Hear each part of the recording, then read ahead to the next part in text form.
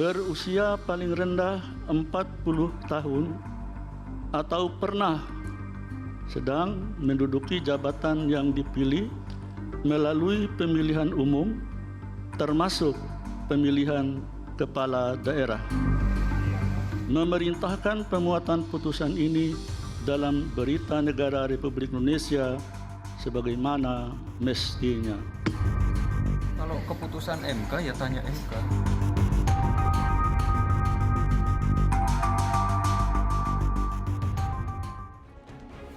Terima kasih Anda masih bersama kami di Political Show. Dan kami baru saja mendapatkan pernyataan resmi dari Presiden Joko Widodo langsung dari Tiongkok ya. Begitu beliau mendarat ternyata beliau melihat konstelasi politik di tanah air dan putusan MK langsung memberikan pernyataan. Kita dengarkan sama-sama respon dari Presiden Jokowi atas putusan MK. Mengenai putusan MK, silahkan ditanyakan ke Mahkamah Konstitusi. Jangan saya yang berkomentar. Silakan juga pakar hukum yang menilainya. Saya tidak ingin memberikan pendapat atas putusan MK, nanti bisa disalah mengerti seolah-olah saya mencampuri kewenangan yudikatif. Pasangan capres dan cawapres itu ditentukan oleh partai politik atau gabungan partai politik. Jadi silahkan tanyakan saja ke partai politik. Itu wilayah parpol. Dan saya tegaskan, saya tidak mencampuri urusan penentuan capres atau cawapres. Itu tadi pernyataan dari Presiden Jokowi bahwa itu menjadi urusan dari Mahkamah Konstitusi. Pada saat ditanya apakah peluang Mas Gibran akan maju sebagai cawapres, itu adalah urusannya dari partai politik. Nah, saya akan langsung tanya ke Bang Noel. Bang Noel, sebelum putusan ini dibacakan, pengurus Gerindra di daerah itu sudah ramai-ramai semuanya mendeklarasikan Pak Prabowo dengan Mas Gibran. Sepertinya kok udah tahu kalau misalnya putusan itu akan meloloskan Mas Gibran. Ya itu kan keinginan lah. Sebetulnya bukan Gerindra aja, banyak relawan-relawan. Ada kami Gibran lah, ada apa Gibran, kok banyak. Banyak relawan-relawan yang lain bahkan yang tidak kita ketahui udah teriak-teriak Prabowo Gibran. Kan itu wacana, emang kenapa sih harus takut dengan wacana? Ya wacana kan syaratnya belum mencukupi, kenapa mewacanakan sesuatu yang mustahil kalau belum tahu keputusannya? Kecewa banget, kenapa harus sampai 40 tahun? Karena harapan saya waktu kemarin ada gugatan dari kawan saya itu, minimumnya itu ada 21 tahun, bukan 35 tahun bahkan. Ya saya sedikit kecewa gitu loh. Ini kan sangat diskriminatif sekali, kenapa harus 40? Usia matang-matang itu lagi matang-matangnya 30, 35 atau berapa. Ini karena kesannya Pak Jokowi selalu diidentikan bahwa ini adalah kepentingan Pak Jokowi. Jangan dong. Ini adalah kepentingan kita, semangat kita kaum muda yang menginginkan perubahan, bicara tentang masa depan bangsa ini, kayak gitu loh. Tadi Presiden Jokowi bilang bahwa soal Mas Gibran maju cawapres itu menjadi urusan dari partai politik. Saya mau tanya, betul nggak bahwa Selasa besok jam 4 sore akan ada deklarasi Prabowo Gibran di Rumah Kertanegara sekaligus saya nggak mikirin itu. Merayakan ulang tahunnya Pak Prabowo? Tugas saya sebagai... Benar nggak itu? Nggak. Ada deklarasi nggak? Saya nggak tahu itu. Belum tahu? Belum tahu. Sudah mendengar atau nggak mau bocorin nih? Bukan, yang jelas itu domainnya adalah Koalisi Indonesia Maju. Oke, Anda kan ketua relawan. partai. Iya, tugas kita adalah bagaimana memenangkan Prabowo. Udah nggak lebih dari itu. Jadi, sama dengan kawan-kawan Projo. Tapi Anda udah dengar nggak bahwa deklarasinya besok? Saya belum dengar itu. Yang saya dengar besok itu ada rapat bagaimana merumuskan pemenangan. Udah itu doang, nggak lebih dari itu. Oke, saya mau ke Mas Pacul. Mas Pacul, tadi peluang Mas Gibran menjadi cawapres menjadi urusan dari partai politik begitu ya. Bagaimana kemudian PDI Perjuangan menyikapi kalau memang betul-betul nanti Mas Gibran menjadi cawapresnya Pak Prabowo? Kalau saya berpendapat itu saya pasti keliru. Karena di dalam partai kami itu selalu diputusin melalui rapat. Setidaknya DPP diundang. Kemudian ada pendapat begini laksanakan atau ada pendapat lain baru diputusin. Jadi nggak mungkin misalnya saya mengatakan ini begini, nggak bisa. Jadi partai diputuskan melalui forum rapat. Apalagi kalau penting, mesti dipimpin ketua umum. Jadi ketika putusan sudah diambil, kita semua baris tegak lurus. Oke, tapi itu suasana kebatinan di internal PDI Perjuangan, di kader ini seperti apa? Merasa terhianati nggak oleh Pak Jokowi dan keluarganya? Beginilah, saya bukan seorang psikolog yang bisa memahami suasana batin seseorang. Atau seorang yang Anda sendiri cinta. Sebagai orang yang kelana lama dengan Pak Jokowi, Anda kecewa nggak? Lah, Ini pertanyaan yang bersifat private. Oke. Saya adalah ketua Komisi 3 DPR RI hari ini. Jadi kalau Diko tanya soal pribadi, nanti di luar. Oke. Kalau di sini, lu tanyakan soal Tapi kan hukum ini padaku. akses dari putusan MK yang bisa membuat kader Anda itu maju, anaknya Pak Jokowi. Loh, ini kan sekali lagi, apakah itu kan persepsimu, kalau memang nanti benar pasti kami ada rapat. Dan keputusan rapat itu semua pasti tegak lurus. Nggak ada yang tolah-toleh. Bergerak bersama, bergerak bersama. Oke, PDI Perjuangan akan bersikap tegas nggak kalau besok katanya hari Rabu Mas Gibran mau dipanggil ke DPP? Mas saya nggak manggil, saya nggak tahu. Jadi yang manggil siapa, saya nggak ngerti. Tentu kalau ada suratnya, aku tahu yang tanda tangan siapa. Saya tidak tanda tangan, jadi saya nggak ngerti. Oke. Rahayu, jangan begitu dong, jangan kau pocong-pocongin aku begitu. Iya, tapi sebetulnya dengan adanya putusan MK ini kan peluangnya Mas Gibran besar. PDI Perjuangan gimana? Nggak berusaha untuk menahan atau bagaimana? Diko itu aneh. Supaya nggak loncat ke tempat Diko lain itu gitu. aneh. Diko bertanya kepadaku seolah aku adalah manusia bebas. You are wrong. Oke. Saya adalah kader partai, saya petugas partai. Jadi Saya harus- melaksanakan perintah partai. Jadi petugas partai harusnya tegak lurus, Oh, nggak tegak boleh lurus belok-belok. dong. Kalau di kami tegak lurus. Jadi nggak boleh Meski belok-belok. kami sudah komorbid, sudah nggak bisa tegak, nggak bisa lurus. Tapi ya sudah, harus tegak lurus. Ya, langsung batu kita. Jangan gitu dong. Nah, iyalah, Meskipun generasi kita tua, mengopol. tapi kan tetap Ini kan mau semangat dihabisi track sama record-nya. Noel itu. Satu generasi dipatah, Saya itu langsung, termasuk yang mau dipatah. Oke, saya langsung speechless nih, Mas Pacul ngomong komorbid ini. Tapi saya mau putarkan ya, kalau tadi responnya Pak Jokowi menyerahkan peluang anaknya maju cawapres ini sebagai urusan dari partai politik, bagaimana kemudian seorang Gibran Raka Buming Raka menanggapi peluangnya maju cawapres? Ada yang menyebut mahkamah keluarga ini buat memuluskan Ya keluarga itu dari monggo masyarakat. itu kan masukan dan penilaian dari warga. Tidak tersinggung ya Mas? Kan umurnya nggak cukup. Ya kan Senin masih putusan. Ya kan belum tentu dikabulkan. Kalau dikabulkan cukup berarti. Ya kan belum tentu dipilih warga. Belum tentu ada yang mendukung. Ya kan? Dan proses itu kan menjadi Ya kan wewenangnya bukan di saya. yang masa panikannya Mas Gibran sendiri. Itu monggo itu para penggugat yang ditanya ya, jangan ditanya ke saya, tanya penggugatnya. Nah, semua orang kan udah tahu, beliau udah minta berkali-kali dan sudah saya laporkan ke pimpinan, ke Pak Sekjen, Mbak Puan dan lain-lain. Jadi jawaban Mas Gibran ke Pak Prabowo gimana? Jawaban Mas Gibran ke Pak Prabowo? Jawabannya, Iya. umurnya tidak cukup. Oke, saya mau ke Pak Palguna dulu. Pak Palguna, ini ramai sekali ya di media sosial publik kemudian bersuara memberikan cap yang cukup buruk sebetulnya bagi Mahkamah Konstitusi diganti menjadi Mahkamah Keluarga dengan adanya putusan ini. Bagaimana nih Anda sebagai mantan Hakim MK, prihatin nggak nih? Memang kalau prihatin saya menyelesaikan masalah nggak sih? Ya. Jadi gini, MK itu dari dulu juga ya, waktu nggak mau mempertimbangkan hal-hal yang lebih substantif disebut mahkamah kalkulator, ya kan? Oke. Sekarang mahkamah keluarga, ya itu biasalah demokrasi kan. Ya. Dan memang putusan MK itu harus dikritisi. Ini kan negara demokrasi, nggak boleh juga dia biarkan berlalu tanpa pengawasan. Cuma saya mau gini loh, bagi saya sebagai sarjana hukum dan mantan hakim konstitusi, saya menyinggung sedikit pendapat Mas Adi Prayitno tadi.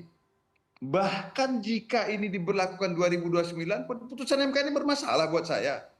Karena pertimbangan hukumnya itu tidak menjelaskan mengapa yang 40 tahun itu unkonstitusional dan mengapa kalau kurang dari 40 tahun plus dia pernah menjabat kepala daerah atau elected officials itu konstitusional. Bagi saya itu yang penjelasan yang kemudian andai kata itu dijelaskan kepada publik mungkin ya kecurigaannya jadi berkurang. Kan penjelasan ini nggak ada. Oke. Nah, sekarang pertanyaan ke Mas Bambang juga, Mas Bambang Urianto, saya hormat dengan beliau senior saya.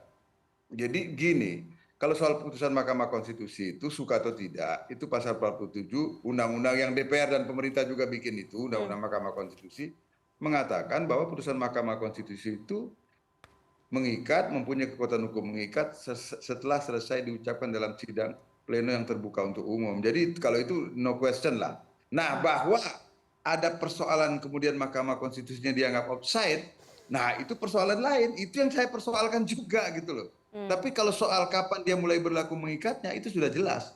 Itu nggak bisa tidak bisa diperdebatkan lagi karena memang ya itu sebagai negatif legislator.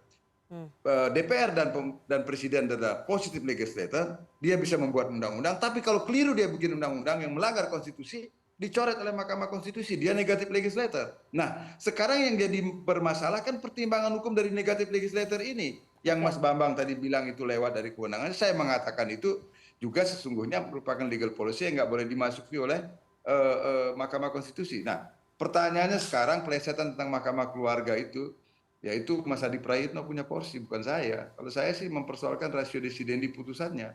Itu yang saya mau kawal, karena disitulah letak mahkota dari Mahkamah Konstitusi itu. Di rasio desidendi itu. Nah, kalau rasio desidendinya itu tidak mencerminkan alur penalaran yang lurus antara pokok soal, isu hukum, pertimbangan hukum, dan amar, nah itu yang jadi persoalan. Itu yang akan ditagih. Sebab itu adalah bagian dari accountability. Nah, sementara judicial independensi itu sangat bergantung kepada judicial accountability. Buat saya itu yang bermasalah.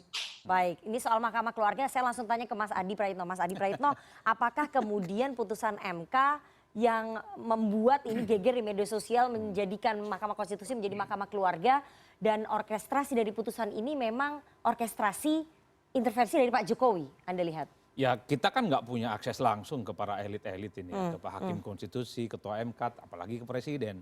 Itu baina sama wal lubang sumur. Jadi antara langit dan lubang sumur, jadi kita nggak ngerti-ngerti yang begitu. Tapi kan, Presiden tadi menegaskan sekali. Tapi kan publik itu selalu mengait-ngaitkan siapa yang jadi Ketua MK, kemudian siapa yang mau diuntungkan, dan siapa yang punya kuasa atas ini semua. Politik kita ini seperti rumah kaca. Nah, ini kan kita ngomong begini, kadang orang di luar itu tertawa sebenarnya. Yang diomongkan itu ya hanya sebatas normatif. Bahwa yang terjadi yang sesungguhnya itu sudah ada. Siapa yang mengintervensi, siapa yang punya kepentingan, dan terusnya. Jadi kasus persoalan MK hari ini bagi saya adalah murni hukum, dan ada murni juga persoalan Siapa politik. yang dapat untung dari putusan MK ini? Selain Mas Gibran tentu saja. Kalau mau jujur sebenarnya, kalau secara hukum ini menguntungkan bagi demokrasi. Artinya apa? Orang yang selama ini ada barrier tidak bisa maju karena persoalan yang cukup panjang itu punya kesempatan. Itu satu hal yang tidak bisa dibantah. Tapi secara politik tentu ini merugikan. Terutama ketika ada kesempatan wali kota Solo bisa maju. Itu secara politik yang ramai. Kalau ini tidak menyangkut Gibran, saya kira tidak akan ramai. Misalnya yang bisa maju Noel, anaknya petani, untuk bersandingan dengan Prabowo. Orang nggak ribut. Jadi menurut Anda kalau misalnya ini bukan menyangkut Mas Gibran, bisa lolos juga nggak di MK? Belum tentu. Agak sulit kan, di awal di putusan 1, 2, 3 yang ditolak itu kan ada. Tetap 40 tahun atau penyelenggaraan negara itu ditolak kok. Orang nggak ribut. Tapi ketika di bawah tetap 40 tahun atau berpengalaman sebagai kepala daerah diterima, ramai. Orang nggak nyebut nama lain. Nyebut wali kota Solo. Ini yang saya sebut sebagai implikasi politik, bahwa jalan ini memang sebagai upaya supaya Mas Gibran yang selama ini punya barrier, tidak punya syarat untuk bisa maju. Itu yang kemudian tidak kebetulan. Nah, oleh karena itu, ini semua akan selesai perdebatan secara politik kalau sehari 2 hari ini Mas Gibran menyatakan tidak akan maju sebagai calon presiden. Saya kira perdebatan soal MK, case close. Mau mahkamah kalkulator, mahkamah keluarga, itu akan hilang. Itu penting bagi saya. Tapi menurut Anda peluangnya akan diambil nggak? Melihat udah sampai sejauh ini. 1000% saya percaya. Dan akan diambil peluang itu. Akan diambil peluang ini, dan sedikit pun tidak menyisakan ruang tidak diambil. Bagi saya, Rifana, seorang politisi pastinya memimpikan kesempatan yang saya kira luar biasa. Banyak orang, banyak elit di negara ini, termasuk ketua umum partai, sejak 2004 sampai sekarang, bermimpi ingin maju di 2024, sekalipun kalah, itu nggak punya kesempatan. Jadi kalau tiket ini dilepas, jangankan Gibran, saya aja mau kalau ada yang mau, Pak. Masalahnya Anda bukan anaknya itu presiden. dia masalahnya. Jadi state of nature-nya secara alamiah, siapa yang tak mau? Mau malaikat sekalipun, goyang-goyang imannya itu, Pak. Kalau ditawari. Mas Majo, kalau menurut Mas Adi Prayitno, bahwa ini ya kalau misalnya bukan tujuannya untuk Mas Gibran, belum tentu putusan MK ini akan dikabulkan. Yang frasa kepala daerah itu dari Komisi 3 nggak melihat itu juga ya? Kalau saya kan berada pada posisi objektifnya. Faktanya. Kalau ini bukan menyangkut nama seseorang, nama putranya Pak Jokowi, akan dikabulkan nggak? Dia kan analisisnya dia udah diomong. Dia yang ngomong analisisnya. Saya bukan pengamat, beliau pengamat. Tapi sebagai dia mitra dokter. kerja dari MK. Kalau dia dokter, lebih pintar ngamati. Saya bukan dokter, Bos. Saya ini Korea aja saya ini. Iya, tapi Korea melihatnya gimana? Korea melihatnya adalah tergantung perintah ketua umum. Enggak, maksudnya serius nih Mas, bahwa kalau ini tidak menyangkut nama seseorang, nama putra dari presiden, ini belum tentu dikabulkan. Lah, saya tidak akan masuk pada ranah itu. Kalau saya pada ranah itu, saya melangkai kewenangan saya sebagai seorang kader Tapi kan tadi partai. Anda katakan bahwa MK juga melangkai kewenangannya. Melangkai kewenangan ini karena Sudah faktor dijawab. satu orang. Sudah dijawab sama Madi, Dewa Palguna. Nah, udah dijawab. Bahwa itu yang disoal tetap sama. Legal polisinya ini. Penambahan Komisi 3 rasa akan ini manggil, sama. Komisi 3 akan melakukan konsultasi nggak dengan MK? Untuk MK mempertanyakan sebagai ini. sebuah sebagai mitra kerja itu sifatnya konsultatif. Apakah nanti akan mau konsultatif? Saya pribadi akan konsultasi. Oke, Anda pribadi akan Oh konsultasi iya dong, menanyakan kalau kenapa itu hasilnya nanti gitu. Komisi 3 misalnya kita umum kita ada konsultasi, minta konsultasi kepada MK. Oke. Misalnya kemudian kawan-kawan ada yang ikut, ada yang nggak mau ikut, saya akan datang. Itu punya kewenangan kita. Haknya ada. Boleh dong, boleh kita orang bodoh untuk menjadi pinter kan bertanya, konsultatif. Oke, saya mau ke Bang Noel bahwa kalau menurut Mas Adipra ini peluangnya 1000% akan diambil oleh Mas Gibran untuk menjadi cawapresnya Pak Prabowo. Ya namanya peluang, tadi dijawab lah. Masa peluangnya nggak akan disambut? Persoalan gini, kalau itu sebatas wacana, kemudian ternyata nanti tidak gimana? Itu. Kayak orang orkestrasi hari ini banyak bahwa politik dinasti akan ada keputusan mahkamah terkait umur, ternyata umur tetap, lantas cuma ada penambahan frasa, kan banyak yang kena prank juga. Artinya kita tidak bisa mengambil sebuah kesimpulan tanpa ada sebuah kejadian atau fakta. Jadi Anda masih menunggu kalau misalnya besok Mas Gibran belum tentu mau gitu? Besok itu yang jelas ada pertemuan besar di Kertanegara 4. Nah isinya adalah merayakan ulang tahun Pak Prabowo tanggal 17 Oktober. Oke, itu infonya valid. saya akan putarkan ya pernyataan Pak Prabowo. Kita dengarkan sama-sama. Terima kasih Projo sudah percaya sama saya untuk meneruskan perjuangan Pak Jokowi. Bayangkan kekuatan Pak Jokowi, kekuatan Prabowo Subianto, kekuatan kawan-kawan kita semua bersatu untuk membawa Indonesia menjadi negara makmur. Oke Mas Handoko, menggabungkan kekuatan Pak Prabowo, kekuatan Pak Jokowi ini maksudnya apa? Mengawinkan Pak Prabowo dengan anaknya, dengan Mas Gibran. Tadi disampaikan oleh Pak Prabowo. Bukan, kalau dari sisi kami, dari sisi Projo, itu adalah kami mencari pelanjut dari Pak Jokowi. Ya kan, karena gagasan-gagasan tentang dan apa kerja-kerja yang selama ini sudah dicapai oleh Presiden Jokowi dan memberi pondasi yang kuat bagi bangsa ini ke arah untuk Indonesia maju, itu harus dilanjutkan. Maka itu yang kami cari sejak Rakernas di Borobudur tahun lalu. Siapa ini pelanjut Jokowi ini, kan gitu. Nah kemudian ternyata pada satu titik kemarin kita memutuskan bahwa kami mendukung Pak Prabowo. Nah kekuatan Pak Jokowi tentu juga apa namanya tafsirnya adalah misalnya begini, Projo kami ini Handoko ini misalnya saya ini nggak akan jadi apa-apa kalau nggak ada nama embel-embel Jokowi, ya kan? Itu kan kekuatan Pak Jokowi juga, begitulah. Maka kemudian ketika Projo mendukung Pak Prabowo tentu akan ada kekuatan yang bergabung. Oke, tapi dan Projo kan sebagai afirmasi dari sikap politiknya Pak Jokowi lah ya, itu klaimnya dari Projo kan. Betul nggak? Nah, kalau misalnya begitu, apakah kemudian nanti Pak Jokowi juga akan mendukung Prabowo Gibran? Saya tidak bisa menjawab seperti itu. Yang jelas bahwa kami ini dengan apa yang telah dilakukan oleh Pak Jokowi selama ini yang sudah dicapai, kemudian nilai-nilai yang kami pahami, dan kemudian ide, gagasan untuk melanjutkan apa yang sudah dilakukan Pak Jokowi itu, itulah yang membuat kami memutuskan oke Pak Prabowo yang kita dukung. Bahwa kemudian saya ditanya apakah nanti Pak Jokowi akan mendukung, ya kemajon saya nanti. Apa terlalu jauh. Pak Jokowi ketua Dewan Pembina kan? Iya. Iya. Tapi kan saya tidak pasti akan mendukung dong. Siapapun cawapresnya Pak Prabowo. Ya artinya Pak Jokowi ini juga jangan termasuk kalau misalnya Pak Prabowo berpasangan dengan anaknya. Masa ketua Dewan Pembinanya Projo nggak mendukung? Ya. misalnya Iya, ya gimana?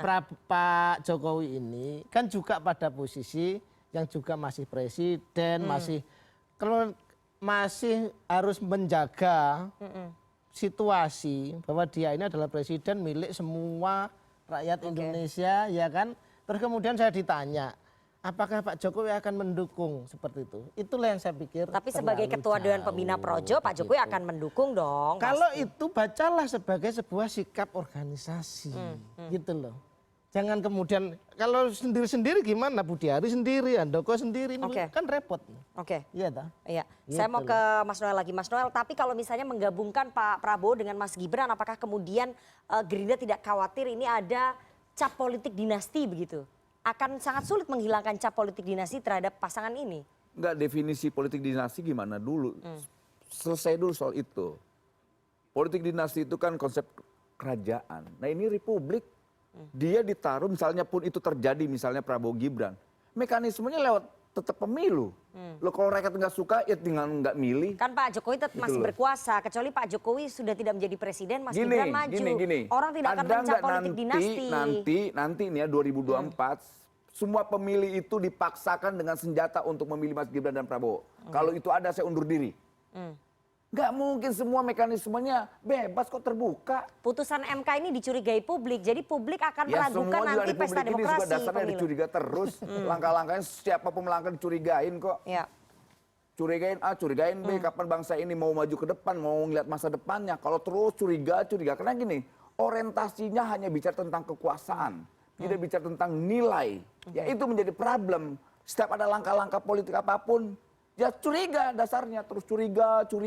Oke. Akhirnya kita tidak lagi bisa berpikir yang jernih dalam melihat masa depan bangsa ini ke depan. Ya, jadi Kayak gitu Pak kira-kira. Gerindra nggak khawatir ya kalau itu nanti akan dicap melanggengkan politik dinasti. Makanya definisi politik dinastinya jelas dulu, Oke, gitu loh. saya mau ke- Karena praktek politik dinasti itu sudah dilakukan oleh para elit partai dan itu terjadi. Ya masa Kenapa mau Jokowi yang dicontoh? diserang? Masa mau dicontoh Kenapa lagi? Jokowi yang harus diserang?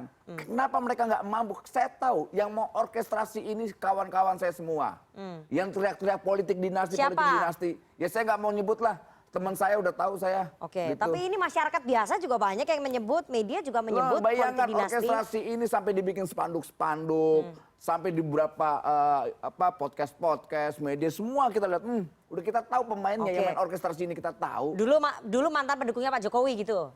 Kira-kira begitu. Oke, saya mau ke Pak Palguna terakhir ya, Pak Palguna, bahwa keputusan MK ini kemudian dianggap publik melanggengkan politik dinasti kalau memang nanti Mas Gibran maju sebagai kandidat cawapres. Anda melihatnya juga ke arah sana nggak Pak Palguna?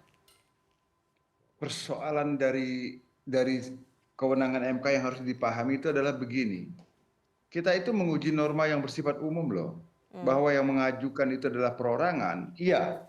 Karena kriteria untuk menjadi punya standing sebagai pemohon itu adalah kerugian hak konstitusional yang bisa diderita oleh perorangan, kelompok masyarakat yang mempunyai kepentingan sama, badan hukum atau lembaga negara. Itu kriterianya. Jadi kalau perorangan maju tidak serta-merta itu berarti kemudian kepentingan orang seorang. Oke. Norma yang diputuskan itu mengikat seluruh warga negara. Justru karena itulah beban Mahkamah Konstitusi mestinya tinggi. Dan itu yang harus menjadi pertimbangan utama dan kehati-hatian dari Mahkamah Konstitusi memutus. Dan itu sebabnya dibuat Sabta Karsa Utama. Mengapa Mahkamah Konstitusi harus independen, harus imparsial, harus cermat, tidak boleh terlibat kepentingan dan sebagainya. Itu dibuat itu di samping hukum acara. Oke. Makanya saya selalu mengatakan kalau Mahkamah Konstitusi itu kalau ada dua saku, di sebelah kanannya itu adalah hukum acara, di sebelah kirinya itu kode etik dan pedoman perilaku hakim. Itu dua-duanya harus jalan. Nah, inilah yang kemudian mohon maaf ya, kalau saya mengatakan ini yang di hukum acara mungkin tidak tercederai, tetapi di soal etik itu, di soal pedoman perilaku itu yang kemudian dinilai publik. Ya, yang saya tidak boleh memasuki ke sana, yang kemudian itu dinilai oleh publik ada konflik kan begitu. Oke. Nah, ini yang jadi soal. Nah, lalu itu menjadi makin kuat, dugaan itu menjadi makin kuat karena penalaran di pertimbangan hukum putusannya itu yang setengah tiga yang dibacakan pagi itu berbalik 180 derajat dari yang diucapkan setelah break. Dan itu tidak ada penjelasan yang memadai di dalam rasio desidendi atau pertimbangan hukum dari putusan itu untuk tiba pada amar yang berubah 180 derajat itu. Kan itu persoalannya. Ini yang kemudian oleh Mas Adi Prayitno tadi, publik kemudian bagaimana membacanya? Kecuali mengaitkan dengan hal-hal seperti itu. Ya kita nggak bisa menyalahkan juga, walaupun saya nggak bisa membenarkan, karena saya sebagai sarjana hukum tata negara, kalau saya sudah mulai bias politik, pendapat saya pasti nggak jujur. Itu sebabnya dari tadi saya nggak mau berkomentar memasuki wilayah itu. Saya strict pada persoalan hukumnya di pertimbangan hukum Mahkamah Konstitusi. Jadi persoalan hukum pidananya mungkin ya bagus, tapi persoalan etiknya itu yang kemudian dipertanyakan oleh publik ya, persoalan etik dari para hakim Mahkamah Konstitusi. Bagaimana kemudian tanggapan dari teman-teman mahasiswa terkait dengan putusan Mahkamah Konstitusi hari ini yang menggegerkan publik? Nanti kita akan tanya, minta pendapat mereka, tapi kita harus jeda terlebih dahulu. Jangan kemana-mana, tetap bersama kami di Political Show.